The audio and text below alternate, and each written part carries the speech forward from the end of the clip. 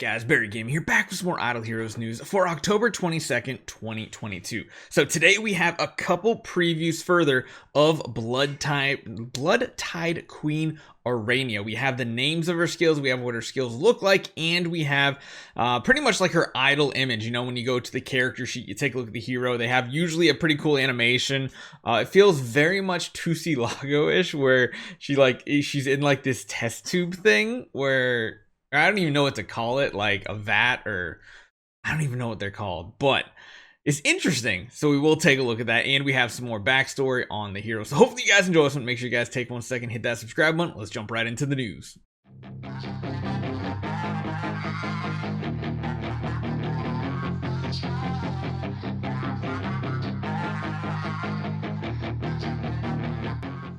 So we have another look at her character model. We already had the full thumbnail, the full image file last time, so she does look really cool though. She is in the Transcendence faction, of course, and she's a priest, of course, because regular Aranea was a priest. They never changed that. There is a little bit of a hero story here, and it says a more powerful treatment is to just break them instead of standing. I don't really know what that means. But sure, it is the Zerg mentality. The worms first found in the wormhole did not have self-awareness and only instinctively puffed and spit lava. In order to make the bugs better participate in the battle, the Abyss recruited famous scientists and biologists to carry out transformation experiments on those bugs. After doing some incredible biological fusion technology, the bug has undergone amazing evolution. Her upper body has evolved into a more human form, and she has slowly learned to express and control herself. It is sometimes a bit clumsy, but it goes from being a single-celled creature to one of intelligence. The Abyss scholars are ecstatic about the change and have given the bug more modifications: faster speed, better healing, sharper tentacles, lighter armor, and much more. In addition to the healing abilities, the bugs also have a lot of offensive power and eventually become an indispensable part against the battle on the void. So she's like a good guy, I guess. It's not like one of the bad ones like Lord Fear Aspen or whatever it is. So very interesting. We do have the skills here as well, which let's blow these up. And we do have the English names of them as well. Oh, why are you not letting me move this? Come on. Oh, I don't know why. Today my computer is being so slow, so we'll just leave it as is for the time being. We do have the names of the abilities, and they are as follows. So Bloodtide Queen Aranea. The first one is called Bloodtide Burst. The second one is Scorching Shackle. The third is Blazing Agony. And the fourth one is the Queen's Command. That one seems interesting. A lot of these seem like volcanic type stuff, right? Like, oh, there we go. I think I can finally expand it out. Hopefully that's not too big now. We'll see. Like I said, I just expanded it out. It's not updating. I don't really know. We'll see how this actually plays out here. But yeah, it's bugging out. But those are the names. We're gonna go and try to talk about each one of those and see what they actually have to do with the actual skills, because as you know, usually the skills are very similar, but like a hugely modified, upgraded version. And then lastly, we have this animation here. Again, for some reason it will not let me expand this out today. I think it might just be my Streamlabs being really bad. There we go. Finally letting me expand it up. So yeah, very much like Tussilago, where it was like Tara was putting Tussilago together. And this one we have like this weird like kind of test tube creation thing. And she busts out of it, and then she's all of a sudden got the lava whatever. I don't know. Really weird. At Aranea here. So man, yeah, everything's just so laggy today. The animations even feel a little bit choppy, but Bloodtide Burst seems very similar to Blessing of Ashes. I'm hoping it hits more than one random enemy, though. I feel like a Transcendence hero needs to hit a couple targets for it to be valid.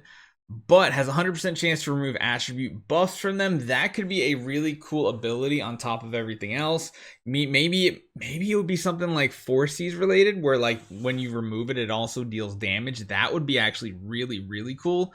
Meanwhile, inflicts a Scorching Curse, which enemies inflicted with Scorching Curse take damage. They take extra damage and caps at her attack. That sounds like it would be pretty cool.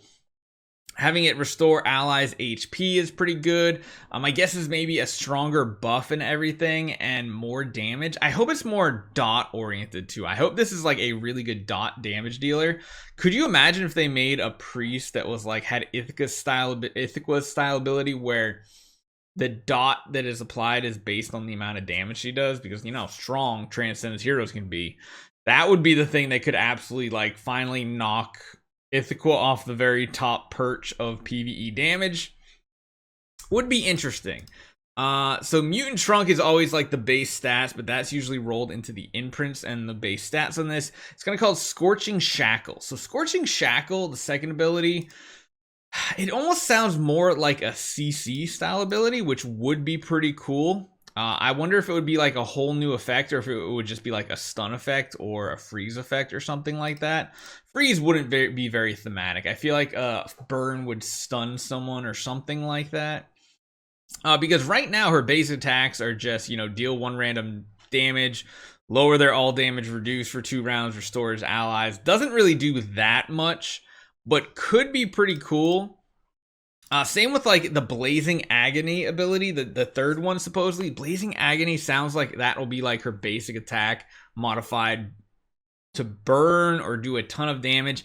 And then the last one's very interesting. So we already had Deep Control, but Deep Control wasn't actually a control, like a crowd control style ability. It was just, you know, burning targets, gives her energy, restores allies. I think she's gonna have this cool energy ability still. I think that's something that could be really awesome on her. But Queen's Command reminds me so much of Royal Guard, like just the way the name is said. There we go. Where it's like it's just like applied to all allies. I wouldn't be surprised if it's something similar to Royal Guard, in all honesty. I mean, they're both queens. One's the Queen's Command, the other one's the Royal Guard. I don't know. It sounds like it could be really awesome. Could be a hero. I don't know, because like Vesta's the only other priest we have right now, and her offensive capability is just ridiculous through the roof, just like every other damage dealer. But then she also has healing on top of it, so I really don't know how this is gonna go. So let me know what you guys think. Regular Aranea, we never really had much testing of her, but she just didn't seem like she was that impactful at all, or we even didn't need her, I guess we'll say. So we'll have to see how the Transcendence version is, but that is coming up very quickly next week. So hopefully you guys enjoy this one. Let me know what you guys think. I'll see you guys next time.